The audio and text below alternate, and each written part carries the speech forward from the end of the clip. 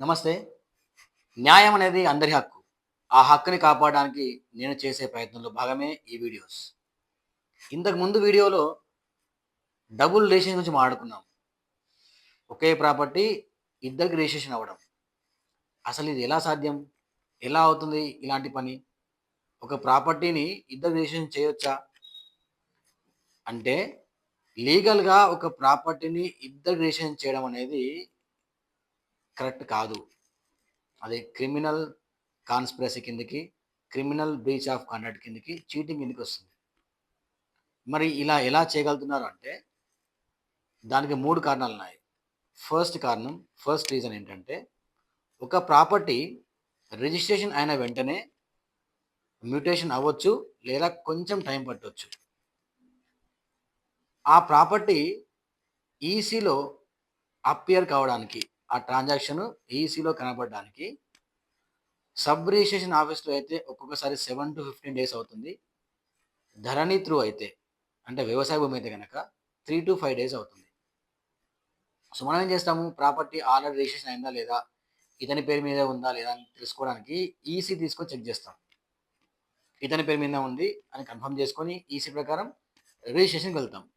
కానీ ఆ ఈసీలో అప్పటికి అతను అమ్మినటువంటి ట్రాన్సాక్షన్ ఏదైతే ఉందో అది జనరేట్ కాకపోతే, అప్పుడు ఆ ఓనర్ ఏం చేస్తాడు చాకచక్యంగా, మోసం చేయాలనుకున్నప్పుడు ఆ ప్రాపర్టీని ఇంకో వ్యక్తికి అమ్ముతాడు. అంటే ప్రాపర్టీని ఒక వ్యక్తికి అమ్మిన వితిన్ 3-4 డేస్‌లో లేదా నెక్స్ట్ డేనే ఇంకోరికి అమ్మినప్పుడు అతను ఆ విషయాన్ని పసిగట్టలేకపోతాడు. మరి సబ్ రిజిస్ట్రేషన్ ఆఫీస్ వాళ్ళు ఏం చేస్తారు? వాళ్ళు చెక్ చేసుకో డేటా అంటే ఎక్కువ రష్ ఉండడం వల్ల, ఎక్కువ బిజీ షెడ్యూల్ ఉండడం వల్ల ఒక్కొక్కసారి సబ్ రిజిస్ట్రేషన్ ఆఫీస్‌లో డేటా వాళ్ళు చెక్ చేయకపోవచ్చు. ఇదివరకే ప్రాపర్టీ ఇది రిజిస్ట్రేషన్ అయిందా కాదా అనే విషయం.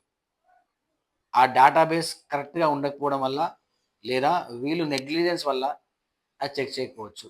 ఇది రెండవ కారణం. మూడవ కారణం ఏంటంటే, సబ్ రిజిస్ట్రేషన్ ఆఫీస్‌లోనే సబ్ రిజిస్ట్రారే లంచం తీసుకొని, ఆ ప్రాపర్టీ ఇదివరకే రిజిస్ట్రేషన్ అనే విషయం తెలిసి కూడా దాన్ని నెగ్లెక్ట్ చేసి సెకండ్ పార్టీకి రిజిస్ట్రేషన్ చేయడానికి అనుమతి ఇవ్వచ్చు. సో, ఈ 3 కారణాల వల్ల ఒక ప్రాపర్టీ డబుల్ రిజిస్ట్రేషన్ అయితుంది కాబట్టి, మీరు ఈ విషయంలో చాలా జాగ్రత్తగా ఉండి, చాలా జాగ్రత్తగా చాకచక్యంగా వ్యవహరించి ప్రాపర్టీ కొనాలి. అంటే ఏం చేయొచ్చు అంటే, ప్రాపర్టీ కొనే ముందు ఈసీ తీయండి. తీసిన తర్వాత మళ్ళీ ఒక 1 వీక్ ఆగండి. 1 వీక్ ఆగి మళ్ళీ ఈసీ తీయండి. ఎందుకంటే ఆ ప్రాపర్టీ ఆల్రెడీ రిజిస్ట్రేషన్ అయి ఉంటే అది ఈసీలో 1 వీక్ తర్వాత జనరేట్ అవుతది కాబట్టి, మళ్ళీ 2 టైమ్స్ ఈసీ తీసి సెకండ్ ఈసీలో కూడా ఆ ప్రాపర్టీ ఇతని పేరు మీదనే ఉంటే అప్పుడు ప్రాపర్టీ తీసుకోండి. అండ్ ఇంత జాగ్రత్తగా మీరు ప్రాపర్టీ తీసుకున్నా కూడా సబ్ రిజిస్టర్ లేదా లోపల ఉన్న వ్యక్తులు ఇంటెన్షనల్‌గా ఫ్రాడ్ చేయడానికి ప్రయత్నించి ఆ ప్రాపర్టీ డబుల్ రిజిస్ట్రేషన్ చేయడానికి అది వాళ్ళు కారణమైతే గనక మీరు వాళ్ళపైన కూడా క్రిమినల్ కేస్ వేయొచ్చు.